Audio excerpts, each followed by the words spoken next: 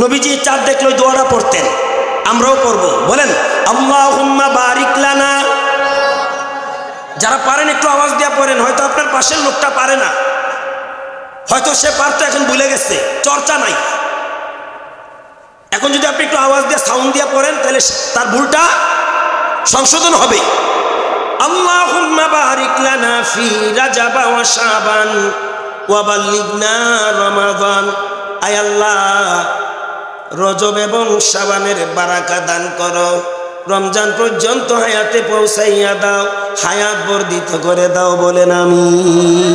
আর মুসা উরফে সামিরি, সে ছিল বনি ইসরাইলের একজন মহিলার গর্ভের অবৈধ সন্তান। কি সন্তান? বাকিটা তার মনে বলা লাগবে না। ওই বংশের ওই সময়ের সমাজের লোকেরা অবৈধভাবে তাকে গর্ভে ধারণ করার কারণে, যার বাবার সঠিক পরিচয়, কথাটা ক্লিয়ারে কইরা দিলাম, একটু ফটকার মধ্যে আছি, যার বাবার সঠিক কোনো পরিচয় নাই, এই সন্তানটা কি বলেন আপনারা? এই তো এবার আরেকটা ক্লিয়ার করে বলছেন, যার সন্তান। আপনাকে ফতুয়ার কথাই বলছি।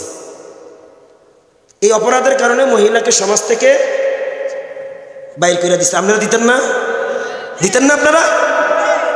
মহিলাটা গর্ভপাত ঘটিয়েছে একটা পাহাড়ের কুড়ের গড়ে, একটা জঙ্গলে, কিন্তু সন্তানটা ছিল অত্যন্ত সুন্দর এবং ফুসফুটিত।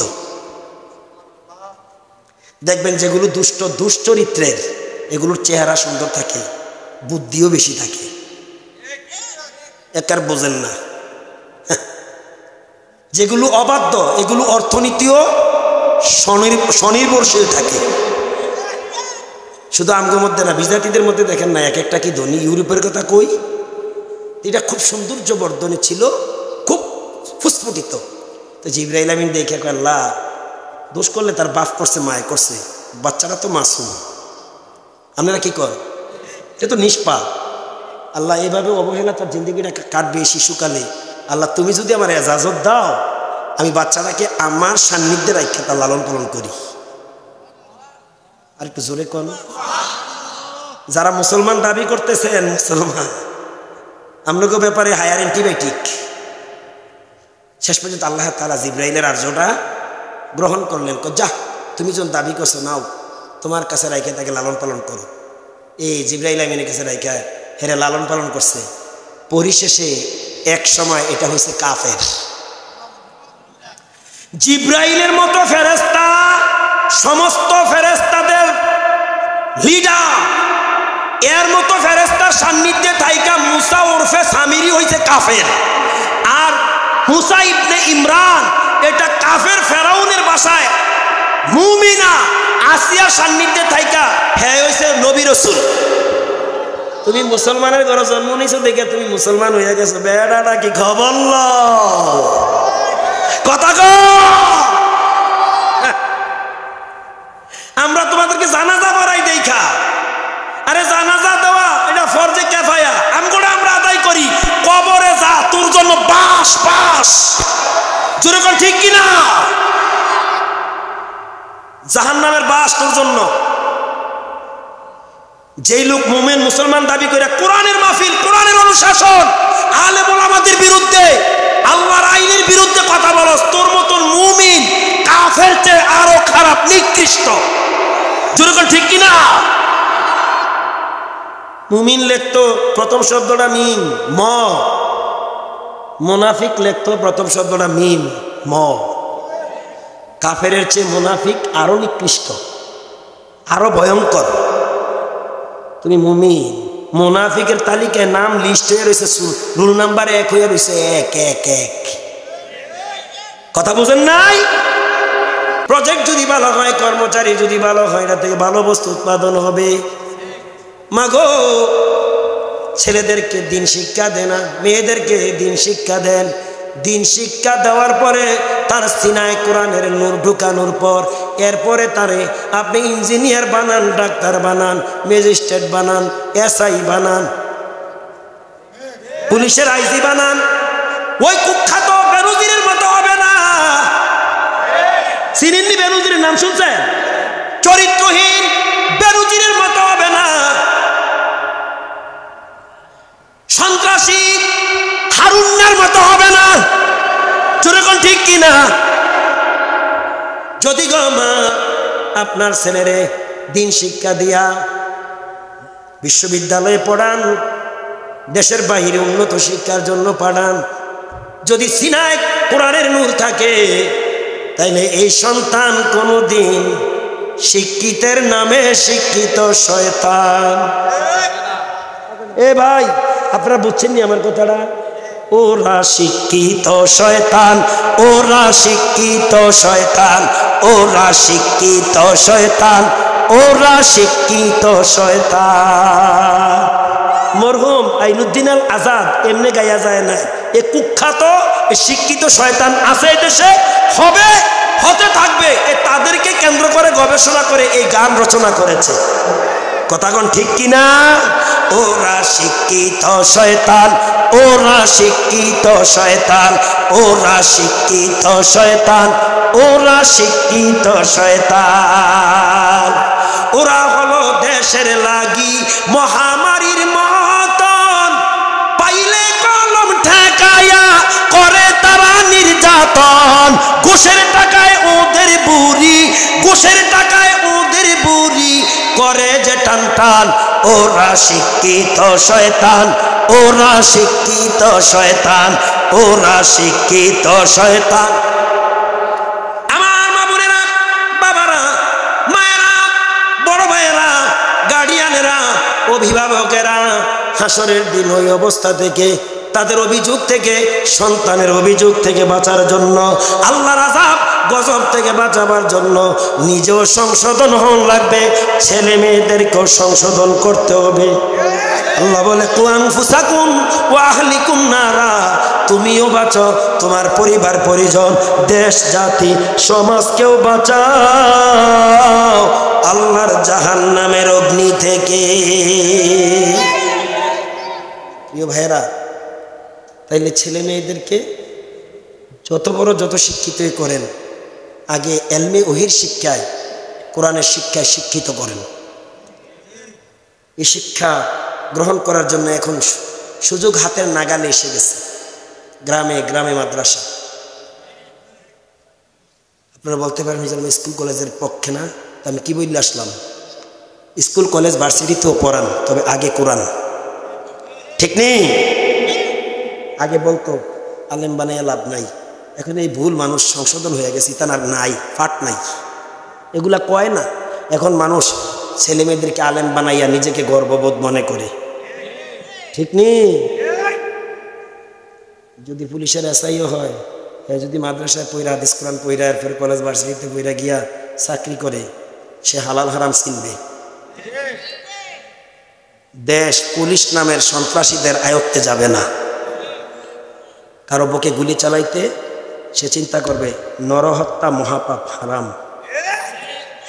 এই যে গুলি চালাইলো আমরা বুকে, যেই গুলি পুলিশের হাতে তুলে দিছে, এগুলো দেশের প্রজাদের বিরুদ্ধে ব্যবহার করা সম্পূর্ণ আইনি ধারায় নিষেধ। এখন পরীক্ষা নিরীক্ষা করে দেখা গেছে এগুলা যুদ্ধক্ষেত্রে ব্যবহার হতো। সেই অস্ত্র চালাইছে আমরা বুকে। যদি পুলিশ এই কোরআনের শিক্ষায় দীক্ষিত হইতো, শিক্ষিত হইতো, তাহলে যারা অর্ডার দেয় তারা চাকরি ছেড়ে দিত। কার ভয়ে?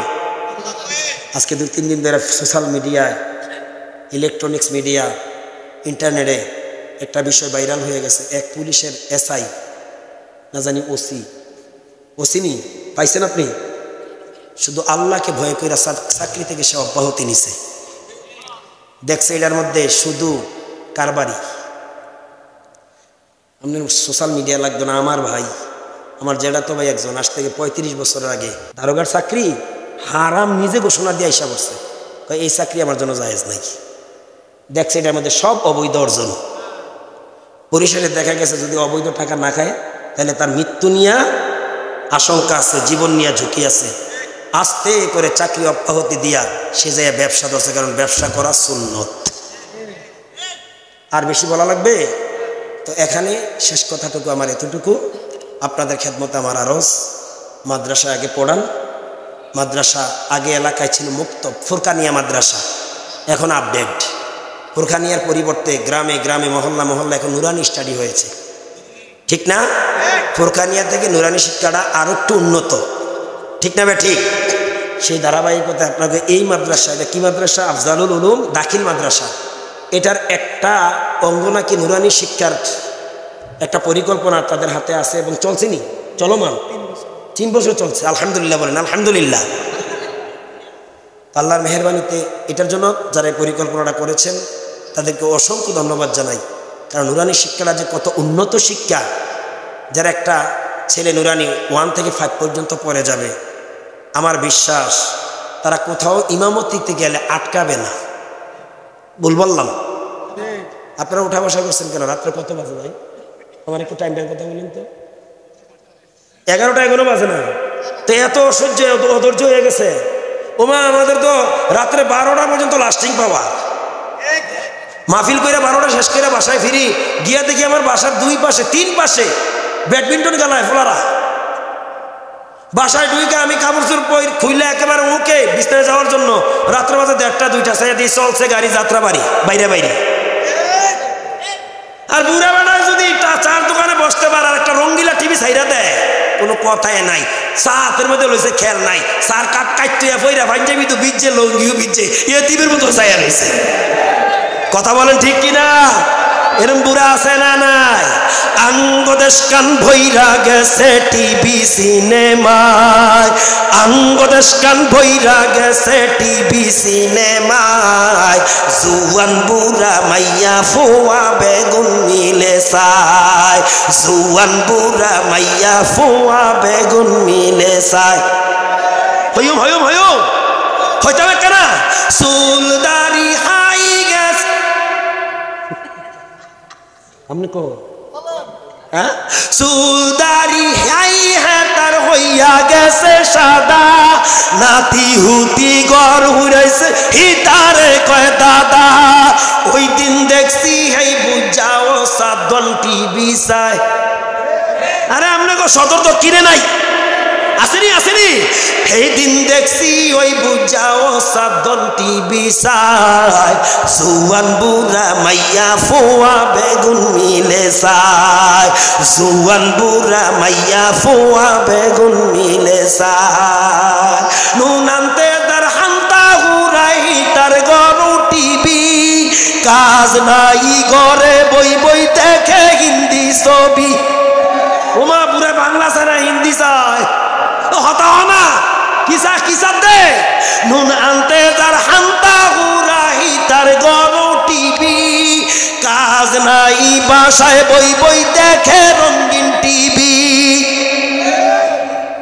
কত রূপের কত নাচন হিতারে দেখায়, কত না কত নাচন কত রূপের হিতারে দেখায়, জুয়ান বুড়া মাইয়া ফুয়া বেগুন মিলে চায়।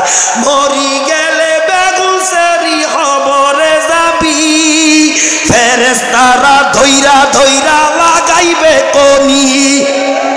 সার নাই মাছ নাই জোর হও, মরি গেলে বেগুন সেরি খবরে যাবি, ফেরেশতা কোন দইরা দইরা লাগাইবে কনি। পূর্ণিমার সব নূরের নাচন দিবের দেখায়, পূর্ণিমার সব নূরের নাচন দিবের দেখায়, জুয়ান বুড়া মাইয়া ফোয়া বেগুন মিলে চায়। ফোলা মাইয়া অবাধ্য হইতো না রে মিয়া, নিজেই তো অবাধ্য হইয়া রয়েছে। কথা কোন ঠিক কিনা? ছেলে মেয়ে বেনমাজি হইতো না, তুমি তো বেনমাজি মসজিদে যাও না। বেড়ি নামাজও করে টিভিও চায়, তসবি হাতে হেজাবের নিচে চাইয়ারি সেই ভাবে। এরম এরম বুজুর্গি মহিলা আছে না নাই? হ্যাঁ ওই ওলি ওলি মাসুক বুঝে না, এইমাত্র ভূমিষ্ঠ হয়েছে আর কি। আল্লাহ তাআলা যেন আমাদেরকে হেদায়েত দান করেন। আগে ছেলে মেয়েদেরকে কোরআন শিক্ষা দিবেন, নিজেরা তো পড়তে পারছেন না হয়তো পরিবেশগত কারণে। ওই সময় এত সুযোগ ছিল না, গ্রামে গ্রামে মাদ্রাসা, মহল্লায় মহল্লায় মসজিদ ছিল। এখন কালের আবর্তনে আল্লাহর মেহেরবানিতে স্বয়ংসম্পূর্ণ আলহামদুলিল্লাহ বলেন, সবাই বলেন আলহামদুলিল্লাহ। কি শিক্ষা দিয়া গেছো, কি শিক্ষিত কইরা গেছো। যে শিক্ষা এমন স্ক্যান ফলায় ফলায় দাঁড়াইয়া পেশাব করা লাগে, বইয়াও করতে পারে না।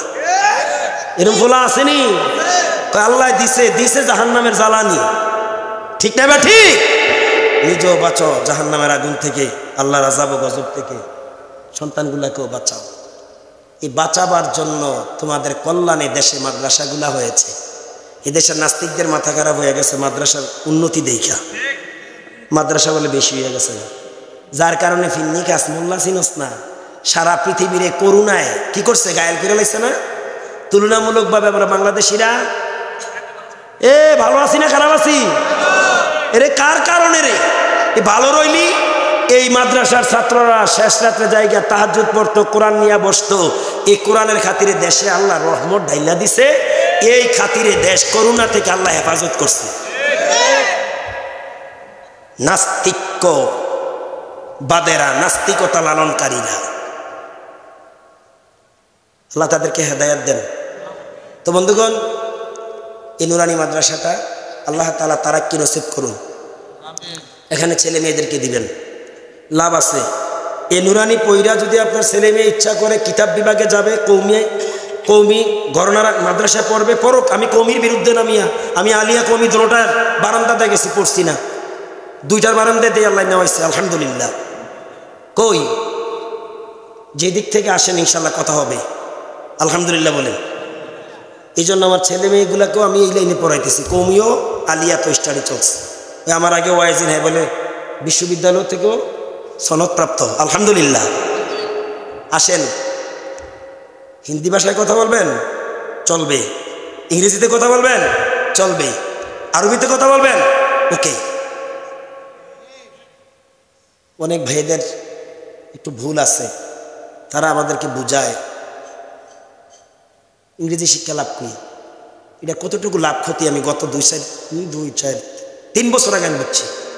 একটা দৃশ্য দেখে, সাবেক সরকার দেশে মডেল মসজিদ করছিল না, আপনাকে এদিকে আসেনি?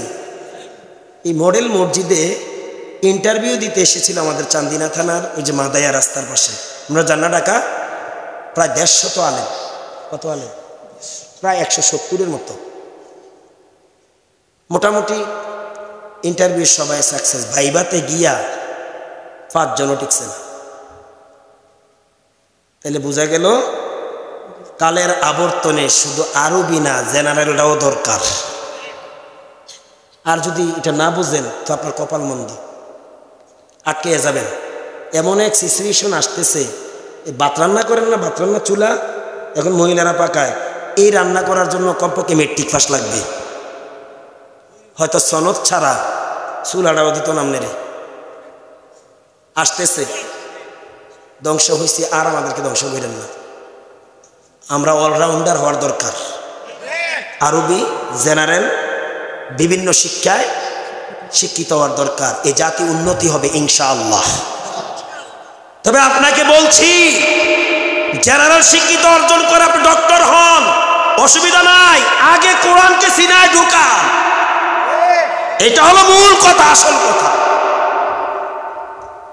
আমার ভাইয়েরা, আপনাদের একটা সাবধান, অত্যন্ত সুন্দর সুবিধা হয়ে গেছে, স্পেশাল চান্স। আগে নুরানিতে পড়াইয়া যদি পোলাপান আলিয়াতে পড়তে চায়, আলিয়াতেও পড়ান, কৌমিতেও পড়ান। সম্ভব যদি হয়, মেধায় যদি আপনার সংকুলন হয়, তাহলে কলেজও পরীক্ষা দেওয়াইয়া অলরাউন্ডার বানান। তবে তীক্ষ্ণ দৃষ্টি রাখতে হবে, আমলের মধ্যে যেন কোনো ঘাটতি না হয়। কথা বল ঠিক কিনা? কলেজে দাড়িওয়ালা ছেলে পড়ে না, পাঞ্জাবিওয়ালা নাই, কলেজে পড়ি দেখে দাড়ি চালাই তুইব। কে বলছে তোমারে? মুফতি সাহেবটা কেটে ফতুয়া দিচ্ছে। দেখো, যারা কলেজ ভার্সিটিতে দাড়ির বিরুদ্ধে আর হেজাবের বিরুদ্ধে কথা বলছে, তাদের অপমানের, বেয়াজ্জতির, জিল্লতির কোনো শেষ নাই। কথা কোন ঠিক কিনা? হেজাব পরা ফরজ, দাড়ি রাখা কোন কোন ইমামের মতো ওয়াজিব, কেউ বলছে সুন্নতে মুআক্কাদা। কে বলেছে তোমাকে দাড়ি রেখে কলেজে পড়া যাবে না? কে বলেছে তুমি বোরকা পরে স্কুল ভার্সিটিতে পড়তে পারবে না? যদি কোনো শিক্ষক নামের কুলাঙ্গার বলে, তাকে কলেজ থেকে বহিষ্কার করে দেওয়া হবে। যেরকম ঠিক কিনা? কত জুতার মালাও পরাইছে এই পর্যন্ত। প্রিয় ভাইয়েরা, সর্বপ্রথম এই মাদ্রাসা সচ্ছল রাখার জন্য ছাত্র দরকার, আপনাদের সন্তান দরকার। আলহামদুলিল্লাহ বলেন। আরেকটি অপশন আমার কাছে বলেছেন মোহতারাম হজরত যারা আছেন শ্রদ্ধাভাজন, এখানে নাকি একটা ইসলামী পাঠাগার আছে, যেই পাঠাগার থেকে ধর্মীয় কিতাব মানুষ নিয়ে পড়তে পারে। কিতাব হলো আপনার পরম বন্ধু, সব জিনিস আপনাকে ঠকায়, কিতাব পুস্তক বই আপনাকে ঠকায় না, ঠিক নেই? পাঠাগারটা স্বয়ংসম্পূর্ণ এখনো বই পুস্তক বা কিতাবে পরিপূর্ণ লাভ করে নাই, সেটার কিতাবাদির দরকার। যদি কেউ ইচ্ছা করেন, এখন বর্তমানে বাংলাদেশে একবারে ইজি হয়ে গেছে, কোরআনের বাংলা তাফসির আছে, ইংরেজিতেও ট্রান্সলেশন আছে, এবং হাদিসের বাংলা উচ্চারণ সহ পুস্তক আছে না নাই? কিতাব আছে, বিভিন্ন মনীষীদের জীবনী আছে, যা পড়ে পড়ে মানুষ বিশুদ্ধ হতে পারে, সংশোধন হতে পারে। যদি ইচ্ছা করেন যে আমি একটা তাফসির খণ্ড দেব, যদি কেউ ইচ্ছা করেন যে আমি একটা হাদিসের একটা অংশ দেব, সিয়াসিত্তার 6টা অপশন আছে বুখারী মুসলিম সহ, যদি ইচ্ছা করেন যে আমি এই সিয়াসিত্তার এই হাদিসগুলা কোনো কোনো একটা অংশ আমি দান করব, ইচ্ছা আপনার। যদি বলেন কোনো মনীষীদের জীবনী দান করব, আপনার ইচ্ছা। এখন বই মেলাও হয়, দেশে বই মেলা হয় না, শুধু বৃক্ষ মেলা না, বই মেলাও হয়। বই মেলা ছাড়া অহরহ বাইতুল মুকাররমে, আমাদের কুমিল্লায়, চট্টগ্রাম, আন্দরকিল্লায়, বিভিন্ন জায়গায় বিভিন্ন ধর্মীয় পুস্তক আছে। এনে কমপক্ষে 2টা, 1টা, 3টা, 5টা, 10টা কিতাব পুস্তক মনীষীদের জীবনী কিনে এনে পাঠাগারে দিতে পারেন। আলহামদুলিল্লাহ বলেন। রেখে যান, এগুলো উপকৃত হবে। এই সাদগে জারিয়া হিসাবে এগুলার সওয়াব কিয়ামত পর্যন্ত কবরে যাবে। ইজা মাতাল ইনসানু ইনকাতা আনহু আমালুহু ইল্লা মিন সালাতাতিন ইল্লা মিন সাদাকাতিন জারিয়া। প্রিয় বন্ধুগণ, আমি আপনাদের খেদমতে আরজ করব, দয়া করে এই নুরানি মাদ্রাসায় ছাত্রছাত্রী দিবেন আর মাদ্রাসার উন্নয়নে একটু অবদান রাখবেন, ইনশাআল্লাহ।